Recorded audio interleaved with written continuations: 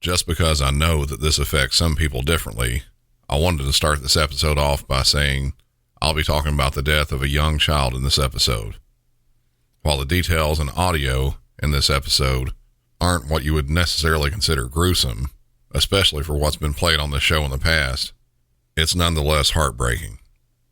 If you're not okay with hearing about something like this, go check out one of my other episodes. The death of a child is a tragedy of unimaginable proportions, a wound that never truly heals. While loss is a universal human experience, the death of a child is particularly devastating due to the inherent unfairness of such an event. A life filled with potential, joy, and innocence is abruptly extinguished, leaving a void that echoes through families and communities.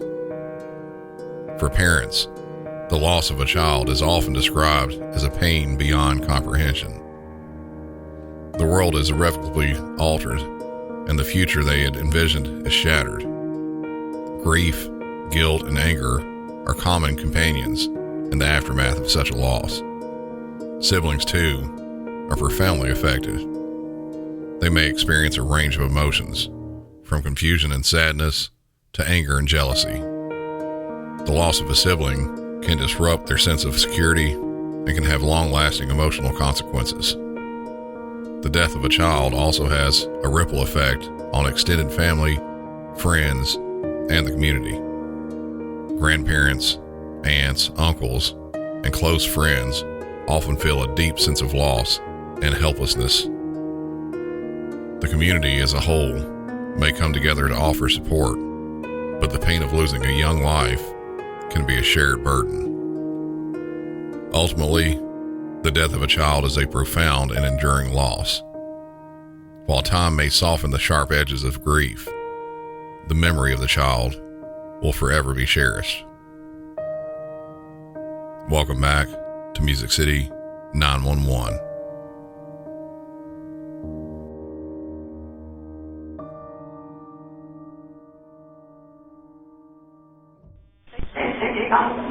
What is the address of your emergency? Yes, ma'am. We need an ambulance to 2030 25th Avenue North. We have an infant that's died. Okay, you said 2030 25th Avenue North. Is that there off of Clarksville Yes, ma'am. Street in North Nashville?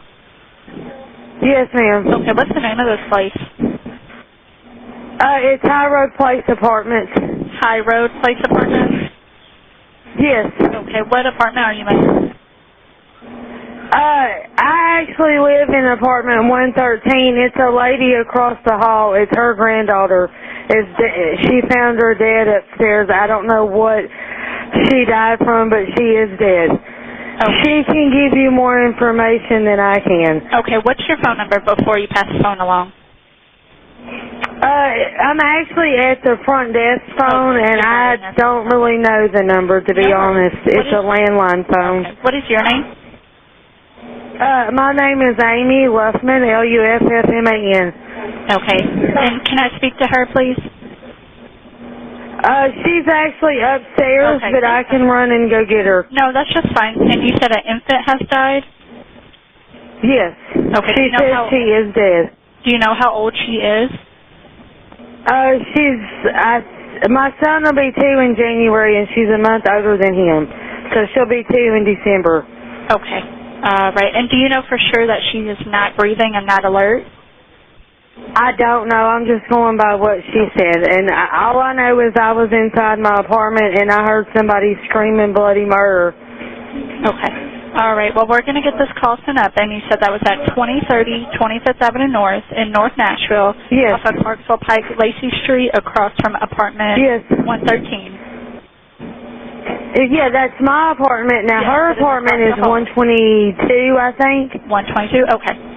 All right. I'll let them know. Thank you. Get the ambulance out there, okay? If anything changes, call us back. Okay, bye. Bye-bye.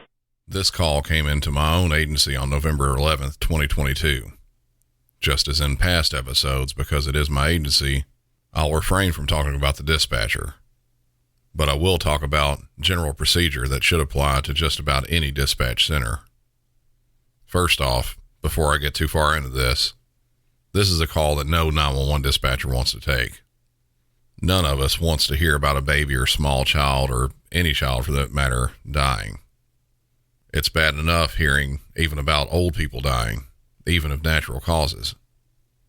But death is a certainty in life. It just comes at different times for different people. For example, in America in 2022, over 3 million people died. That's for all ages. Babies from birth to 1 year old, they held a very small portion of that, with a little over 20,000 deaths. The smallest amount in any age group is the 1 to 4 year old range, with only 4,156 deaths in 2022. Of course, as a 911 dispatcher, you're going to have to deal with death from time to time. Mostly, it's like I was saying before, that elderly person who has passed away from a natural cause. Still, it doesn't make it easy when you answer the phone and it's an older lady crying because she woke up and her husband of 40 or 50 years didn't. But the chances of taking a call of a death of one of those 1 to 4 year olds, that's very rare. This child was just a couple weeks shy of her second birthday.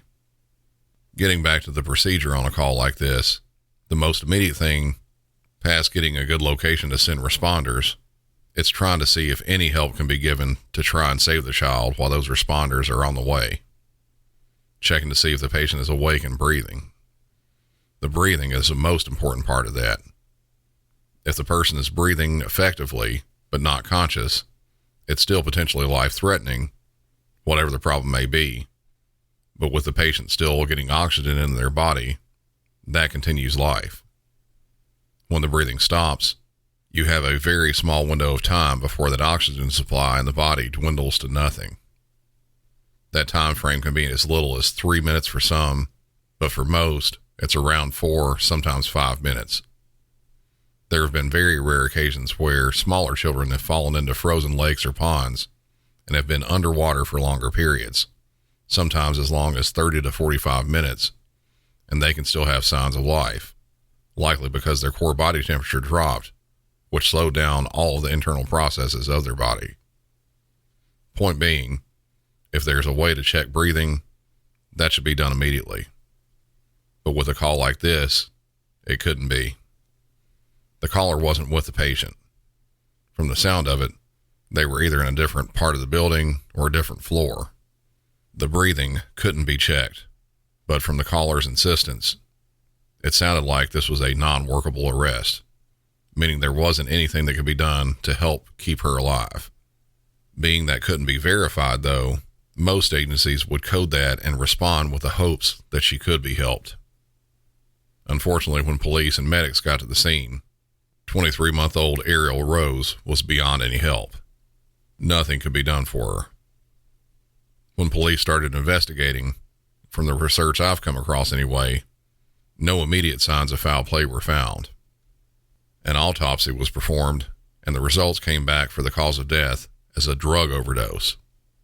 To be more specific, it was fentanyl.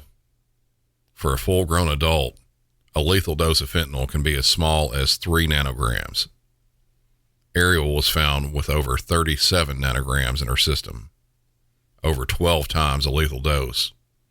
Or, if you want to look at it this way, enough to potentially kill 12 full-size adults. She was also found to have bronchopneumonia, strep throat, and swelling of the brain. The results of the autopsy were available a little over a month past her death. The investigation into this has been extremely lengthy. Extremely. And there's been a ton of stuff that has popped up since then. Before I get into all that, a bit of background on the whole thing that I hope will show how we got here. Ariel Grace Rose was born on December 8th, 2020. Her parents, Jonathan Rose, 26 years old, and Maddie Benton, unknown age, one or both of them seemed to have extensive and lengthy problems with drugs. The unknown age for Maddie, I wasn't able to find a lot about her. Reports listed online are not very thorough with that, but some indicators definitely point the direction that one or both of them were and possibly still are drug users. I'll get to that in a second. As far as Ariel goes, I'm not sure how her very early life went. There's nothing on where she, I want to say, grew up, but we now know that that never happened. After Ariel was born and before her death, Jonathan had been arrested more than once in Nashville. On October 19th, 2021, he was arrested on a couple of charges: criminal impersonation and theft of $1,000 or less. Both are usual charges for someone that can be involved with drugs. The criminal impersonation part, it could stem from trying to fraudulently steal someone's money under a different identity, using a fake ID, or a number of things. For this, though, because of the arrest date of the criminal impersonation and the theft charges being on the same date, but the offense dates are different, I believe he was trying to lie about who he was to police when they were questioning him about the theft. After that, he was arrested for doing other things. 4 more counts of theft under $1,000 and also a criminal trespassing. Another indicator was that he and likely Ariel's mother, Maddie, were both homeless, at least for a while. I'm not sure what led them there, but some details I'll talk about lead me to believe that drugs are a big part. For a while, they were staying at the Brookmead Homeless Camp, which was one of, if not the largest camps like that in Nashville. It was located in the Brookmead Park in the West Nashville area.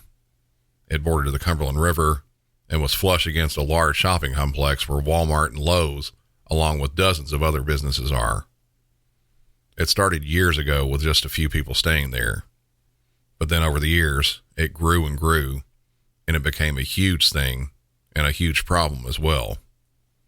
Drugs were a draw there. If you can name the drug, chances are there was plenty of it there at the camp. Heroin, methamphetamines, crack cocaine, etc.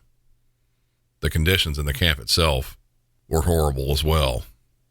Trash was all over the ground.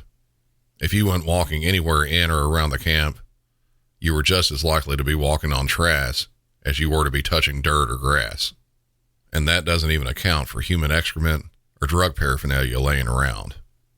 Used syringes were visible all over the place. Violence was also a frequent problem there. Fights broke out, sometimes with deadly outcomes. Overdoses were frequent. The camp was so bad that the city of Nashville ended up having to completely shut down the entire park in early 2023. As of recording this episode, it still isn't open. I've seen reports that as of February of this year, the city had spent almost $500,000 in a cleanup effort and has budgeted $1.2 million total for the cleanup and restoration of the park. I think you get the idea of how bad it was there. I'm saying all this to tell you that Ariel stayed there with her dad on numerous occasions. I'm not sure if she was fully living there with him, but it wasn't just a single time that she was there. Community members knew how bad the camp was, what an unsafe place for anyone in general. But while close by, someone took a cell phone video of a man holding a small child in the park next to a tent. That video was of Ariel and her dad. Later, Metro Police responded just on a routine extra patrol of the area and found her again on the inside of a tent with her dad. A woman was also inside the tent with them. I presume it to be Ariel's mom, but I couldn't find any up-to-date pictures of her to compare it to. Her name was not given during the video. Fox 17 News here in Nashville obtained that body-worn camera video from the officer. I'll play the audio for that next. You know when you discover a new binge-worthy show or a song that you bump on repeat and you have to share it with your friends so they can experience just how awesome it is? That's kind of what it feels like when you discover that Mint Mobile offers premium wireless for $15 a month when you purchase a 3-month plan. It's such an awesome deal, there's no way you can keep it to yourself. Mint Mobile is here to rescue you and your squad with premium wireless plans starting at $15 a month. All plans come with high-speed data and unlimited talk and text delivered on the nation's largest 5G network. Use your own phone with any Mint Mobile plan and bring your phone number along with all your existing contacts. To get this new customer offer and your new 3-month premium wireless plan for just $15 a month, go to mintmobile.com/MC901. That's mintmobile.com/MC901. Cut your wireless bill to $15 a month at mintmobile.com/MC911. $45 upfront payment required, equivalent to $15 a month. New customers on first 3-month plan only. Speed slower above 40 gigabytes on unlimited plan. Additional taxes, fees, and restrictions apply. See Mint Mobile for details. Actress Katherine Heigl, just like many dog owners, has noticed a rise in canine health problems, including joint issues, allergies, and general well-being. Katherine, a passionate animal advocate who has saved over 16,000 dogs through her foundation, believes nutrition plays a key role. Driven by a desire to provide her own dogs with the best possible diet, Heigl created Superfood Complete. This dog food boasts over 30 wholesome ingredients, including superfoods known to benefit canine health. Superfood Complete isn't just about delicious food, it's also about giving back. A portion of the proceeds supports the Jason DeBus Heigl Foundation, further extending Heigl's commitment to animal welfare. With many dog owners reporting positive changes in their pet's health, Superfood Complete is gaining popularity. It seems even picky eaters can't resist the taste. Go to badlandsranch.com/MC911 and order right now to get up to 50% off your regular priced order with a 90-day money-back guarantee. If you want your dog to experience all these incredible things, go to badlandsranch.com/MC911 today. Knowing how to speak and understand a new language can be an invaluable tool when traveling, meeting new friends, or just even to master a new skill. But it's not always simple when you're bogged down by textbooks and structured classes. That's why so many people trust Rosetta Stone. Rosetta Stone is the most trusted language learning program, available on desktop or as an app. It truly immerses you in the language you want to learn, like Spanish, French, Italian, Chinese, and more. You won't just be studying English translations. The Rosetta Stone intuitive process helps you pick up a language naturally, first with words, then phrases, then sentences. Don't put off learning that language. There's no better time than right now to get started. For a very limited time, listeners can get Rosetta Stone's lifetime membership for 50% off. Visit rosettastone.com/rs10. That's 50% off unlimited access to 25 language courses for the rest of your life. Redeem your 50% off at rosettastone.com/rs10 today.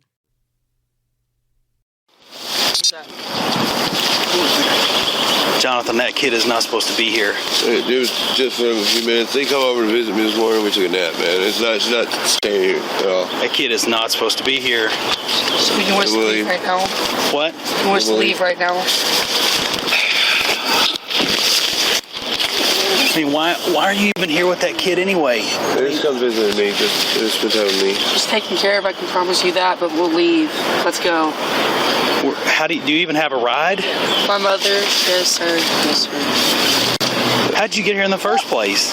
They dropped him off this morning. My pants are destroyed. This isn't good. I'll be right back, okay? Let's go by you. Your mother dropped you off this morning? Sir. Well, I rode the bus last night, but I left last night and my mom brought me back today. What? Tell your boots get wet. It's okay. Let me get ready so we can go.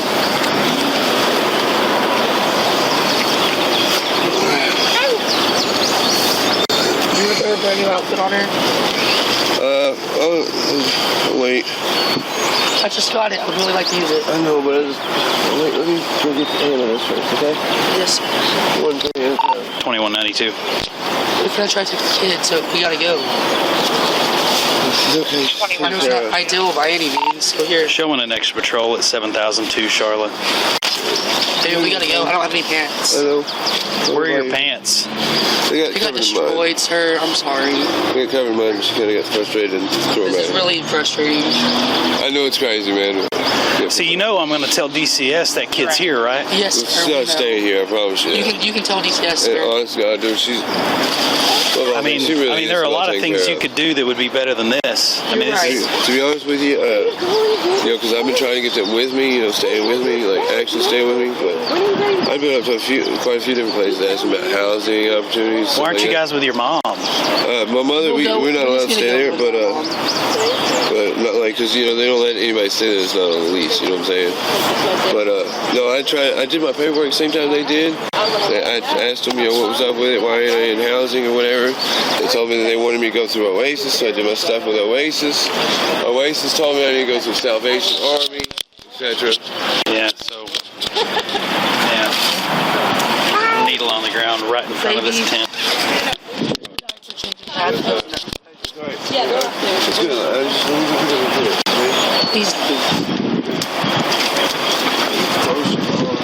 I know, people were nasty. There's a needle on the ground right here in front of the tent. Sir, I'm not a drug user. I didn't say you were. I'm just letting you know, I promise you, I don't use needles. You can look at my arms. I didn't say you were. You're around it.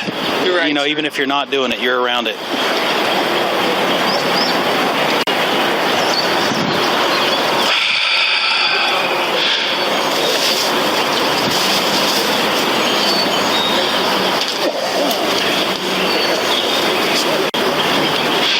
You have any weapons or anything illegal in that purse over there? No, sir. Do you mind if I see you real quick? Are you searching me? Yeah.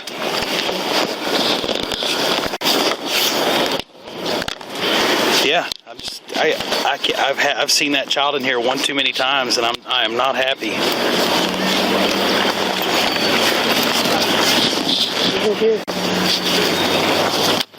Where are the guys? We'll put that one right there. That's just dirty clothes. Okay. Well, see, I never said you did anything, but I have a history with Jonathan, and I'm not stupid, so. I ain't seen those, sir.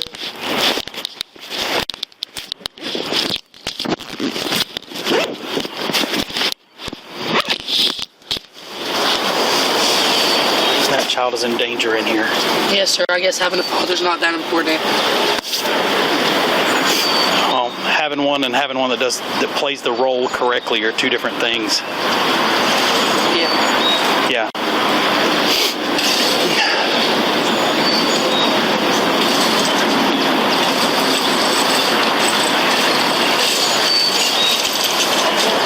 So where's Jonathan taking that kid? What do you mean? Like he just left with the child. Where's he going to take it? He told me he was going to go buy me some pants. Okay. Because my pants got destroyed. Okay.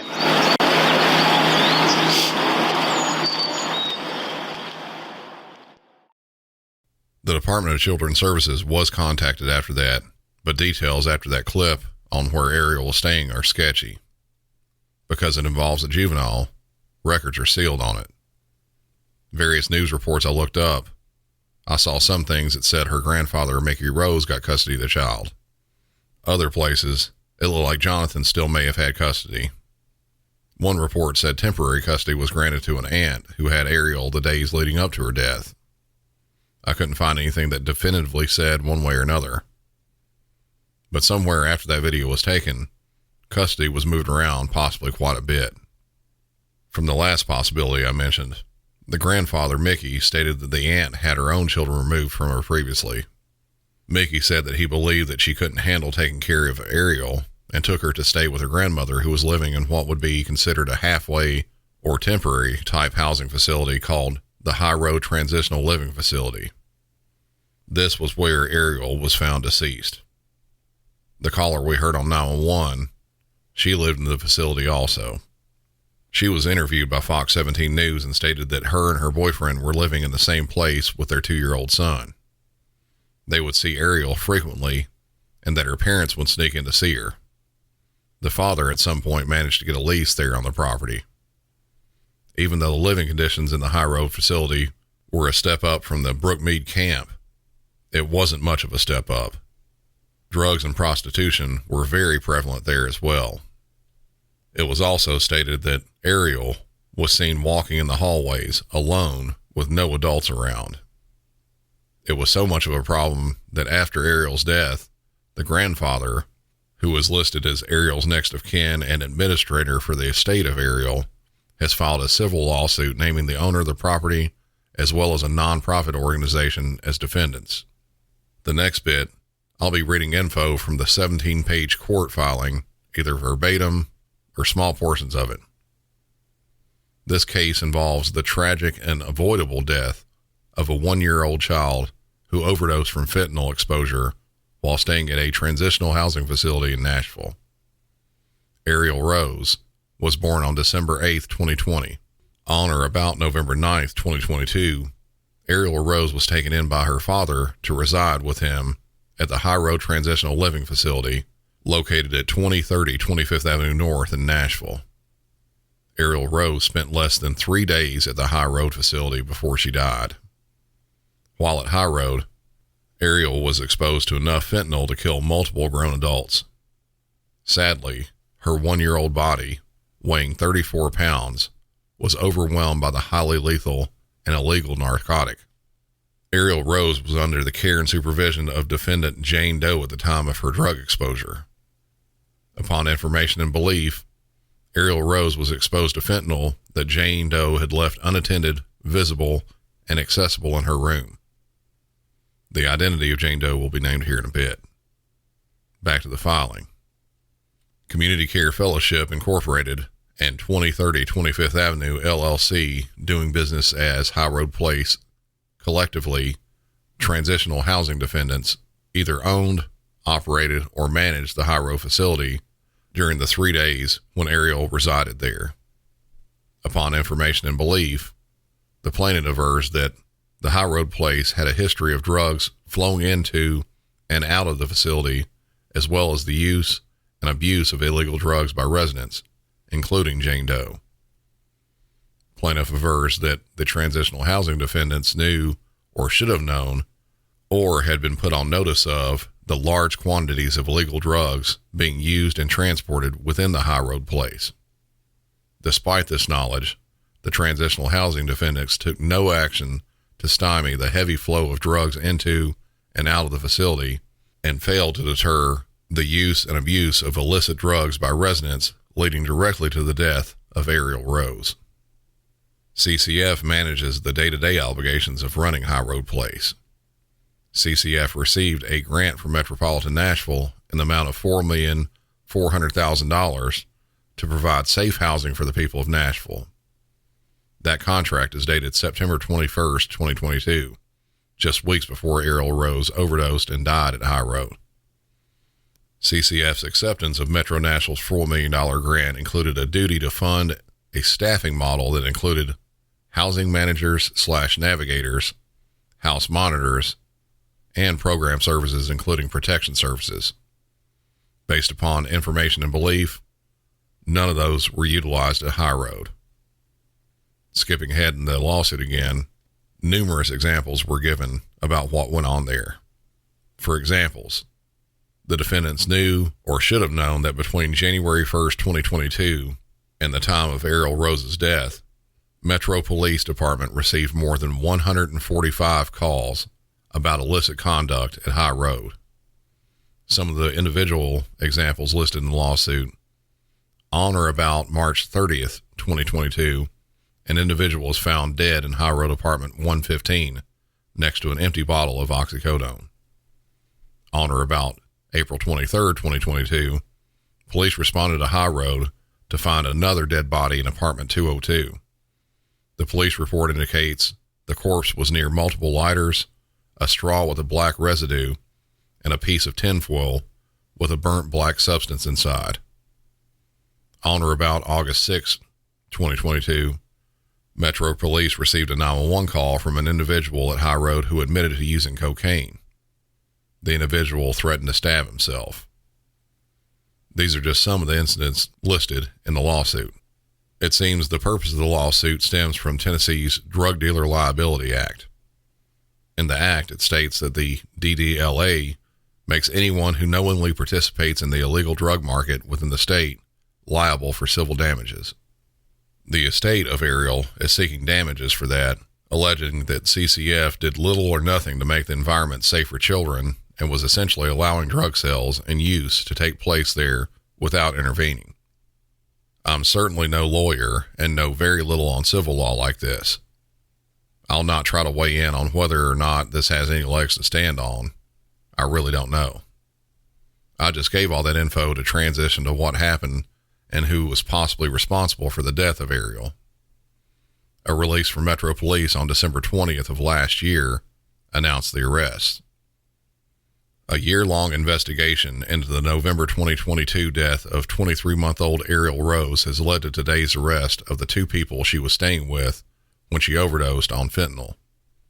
Melissa Sutton, 46 years old, and Jesse Mashburn, 36 years old, were indicted on first-degree murder charges by a grand jury.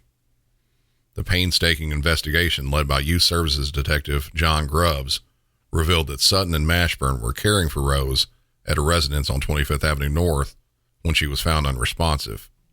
Neither was her legal guardian. The pair was arrested this afternoon at a Hermitage apartment complex. Both Sutton and Mashburn are being held on $100,000 bonds. It's believed that Ariel was living with one or both her father and grandmother at the High Rose facility. During that time, and possibly on multiple occasions, Melissa Sutton was asked to watch Ariel. The night before she died, she was staying with Melissa and Jesse, and they stated that night sometime between midnight and 1 a.m., they moved her from a stroller to the couch to sleep, and when they did, she felt cold but was still breathing.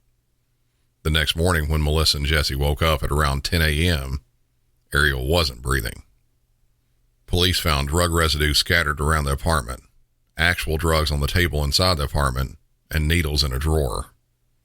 They believed all of this was in reach of Ariel and tested the drugs and residue, which came back as fentanyl, marijuana, and methamphetamines. In a letter to the judge, Melissa claimed both her and Jesse's innocence, saying that there were no drugs in the apartment and both of them were clean. This contradicts previous arrest records for both of them, though. Jesse's been arrested in Nashville for DUI, 2 counts of contributing to the delinquency of a minor, drug possession, probation violation, and driving on suspended license. Melissa Sutton had been arrested on drug possession. Those are only arrests in Nashville, though. Outside jurisdictions could have more. At the time of this recording, both Jesse and Melissa were still in jail awaiting trial. While charges haven't been brought against either parent of Ariel or her grandmother, her father Jonathan seems to continue his drug use. He has since been arrested on unrelated charges for when he was breaking into and stealing from a storage unit in the Bellevue area of Nashville. For the loss of a child like this, in the face of such overwhelming sorrow, it's crucial to remember that grief is a journey, not a destination. Healing takes time, and there's no right or wrong way to process loss. Seeking professional support, whether through therapy, support groups, or counseling, can provide essential tools for coping and finding meaning in the face of tragedy. That'll be it for this episode.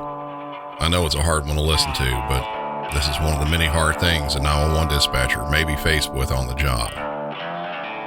If you'd like to help out Music City 911, the best way to do so is to tell a friend, coworker, or family member about the show.